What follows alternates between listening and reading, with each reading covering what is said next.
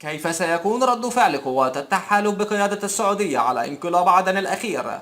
وما هو مدى تأثير انقلاب عدن على مستقبل الحرب في اليمن والحقيقة الكاملة لعداء الإمارات والسعودية؟ وهل حقا خانت الإمارات السعودية في اليمن وتعاونت مع الحوثيين؟ عدن وهي ثاني أكبر المحافظات اليمنية، وهي العاصمة الثانية بعد صنعاء الذي يسيطر عليها الحوثيون منذ بداية الحرب. ولكن ماذا حدث بالتفاصيل في عدن وماذا جرى؟ خبر سقوط عدن في أيدي الحوثيون كان هو الخبر الأكثر انتشارا في الساعات الماضية، خاصة لما يتميز به هذه المدينة بعمق استراتيجي قوي بالنسبة للحكومة اليمنية في اليمن، حتى أنها كانت هي العاصمة المخصصة للحكومة اليمنية التي تدير من خلالها اليمن، وكانت هي المقر الرئيسي للحكومة. سقوط محافظة بحجم عدن في أيدي الحوثيين يمكن أن يغير الحرب بالكامل لصالح الحوثيين المدعومون من إيران. الأخطر من ذلك هي الأقاويل التي تتحدث عن من قاد هذا الانقلاب، عن أن القوات الإماراتية هي التي قادت هذا الانقلاب حسب ما قالت بعض الصحف المعادية للسعودية والإمارات.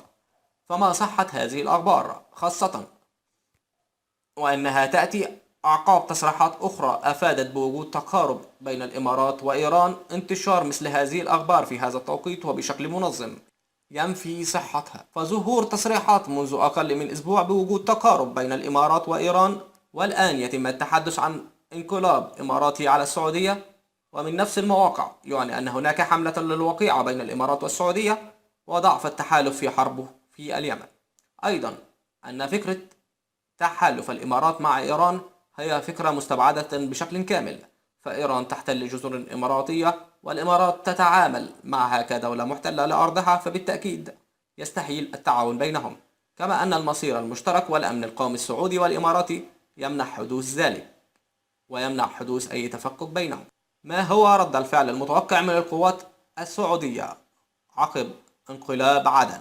القوات السعودية ستكثف الفترة المقبلة ضرباتها في اليمن وخاصة في عدن، ومن الممكن أن تلجأ لإنزال قوات برية أخرى في اليمن لاستعادتها بسبب المكانة الاستراتيجية لمدينة عدن.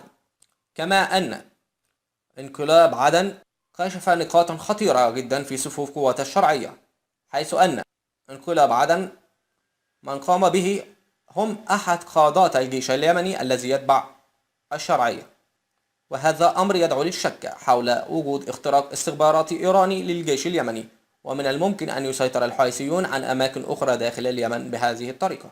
ما هي الأسباب التي تمنع السعودية من إنهاء الحرب حتى الآن؟ بالتأكيد هذا السؤال يخطر في بال الكثير.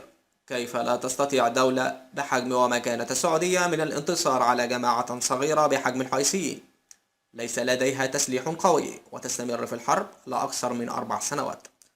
الحرب في اليمن ليست بالسهولة كما يعتقد البعض، فالنواحي الجغرافية لليمن تختلف عن أي بلد آخر، فالجبال يمكن أن تعوق أي تحرك عسكري بالطائرات ويتم اللجوء إليها كمخبأ من طائرات التحالف.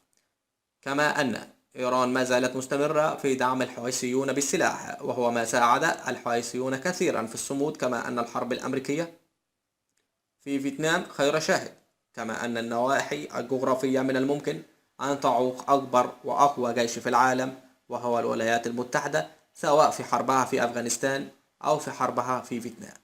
الولايات المتحدة استمرت لمدة أكثر من 10 سنوات في حربها في أفغانستان ولم تجني أي انتصار ولم تجني أي ثمار،